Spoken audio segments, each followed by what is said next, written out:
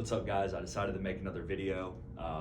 This one instead is going to be about if you're actually ready to start another bodybuilding prep. There are a lot of factors that come into play in the whole process, and so we're going to kind of run through them and possibly give you some things to think about as we go into this next season. First thing that I like to really focus on is y'all's mindset. Everybody needs a why behind competing. I don't like to throw y'all on stage and just be like, yeah, I want to compete, and that's it.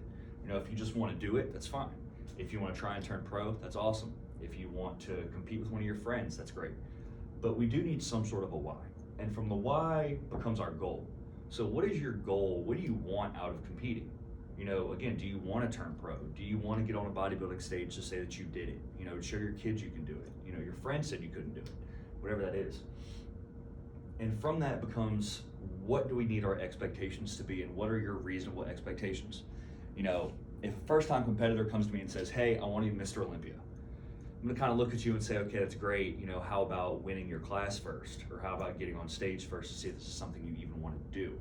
I had a girl this summer.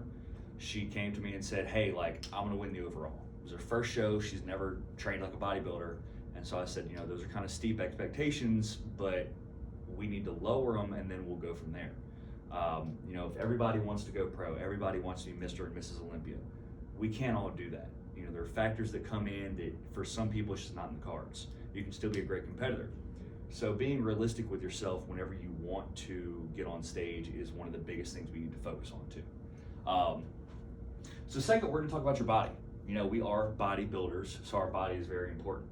One of the things to look at is, what are you currently looking like? For those of y'all who are with me all year round, I'm never gonna let you get too far off, and it's my job to keep you on track. For those of you who kind of come in sporadically, we need to look and see, okay, where are you at right now, and where can we get you in the amount of time that you want to give me? I have some competitors that have come to me 6-8 weeks out, and we've been able to make something happen. And I've actually turned competitors down and said, look, I can't work with that. You're not going to be in the condition that I need you to be in 6 to 8 weeks. So we need to look at where you are, and then pick a show from there. One of the biggest things, again, with people who kind of in and out throughout the year is, what have you been doing as far as diet when you come to me?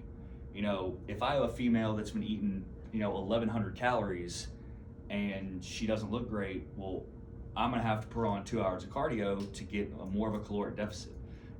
For those of you that are with me for the whole year, there's a few of y'all in particular, I'm working my females up to 2,400 calories, and the weight's barely moving up. So whenever we decide to cut it, you're gonna start losing weight like crazy.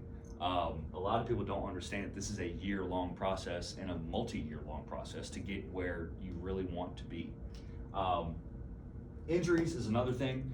Throughout the competition season, a lot of y'all are gonna get some nicks and some strains and stuff like that. And the off season is kind of that time to take care of those things, because you don't have a specific schedule you need to be on. You don't have any time restraints. And so, go to the doctor, take some days off, baby those injuries, do what you need to do. So whenever it is time to push, we're firing on full cylinders, and we're good. Last thing for some of y'all this doesn't apply to is blood work. I get a lot of competitors that come to me from other coaches, or they've ran, cycles before, and their blood work is horrendous. I am not a big fan of playing God with y'all's bodies. I will recommend supplements up to the level that we need them. For some people, that's not a lot. For some people, that is a lot. But I'm very, very big on getting blood work and understanding what is going on with your body. For some people who have ran some pretty extensive cycles, I will not coach them unless they show me blood work to see what's going on the insides. Last thing is outside factors. And outside factors can actually be the biggest thing in a bodybuilding prep. Money is definitely a factor. Again, coaching, I understand it's not cheap. It's a necessary evil for 99% of people if you want to do well.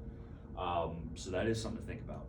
Traveling for shows or just doing shows in general. I give the number that, a local show is probably going to cost you, around $1,000. National shows, tack on $300-400 more dollars, depending on where the city is and how far you have to fly. So those are things you need to budget for. Supplements, if you're going to take them, can get expensive. Food, I usually say it's not too expensive, because it's probably not any more than you were spending when you weren't on prep. Because for all y'all, I try and make it pretty basic, pretty easy. Your family, does your family have a say in you competing? Are your kids, do you have a toddler? Is your wife pregnant? Is it maybe not the best time for you to decide that you need to dedicate a large chunk of your free time outside of work to be, a little more selfish with yourself? To spend that extra 30 minutes or an hour in the gym a day, to make sure you have all this food made, so you might need to stay up or get up earlier when you might be spending that time with your wife or kids. So family is a big one that I've noticed more and more as I get, older clients. It's not just them. With me, I cook my food, I'm good. I go to school, I go to work, it's over. I don't have anyone to really worry about. So kudos to those of y'all. I have a lot of moms that are able to do this and still be great parents. I think you're incredible. Your job, do you travel a lot? I have 3 that I can think of, females that travel almost every day of the week, and some travel out of town. They meal prep, they do their best, but sometimes things do go off the rails.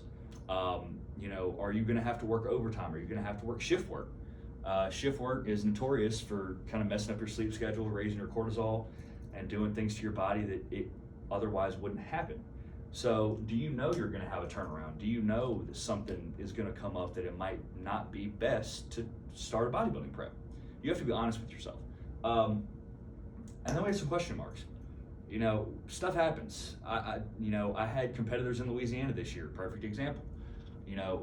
We had hurricanes, we had floods, natural disasters happen. If your house floods, it might not be the best time to start a bodybuilding prep. You have to think about things that happen and say, okay, is this something I need to do right now?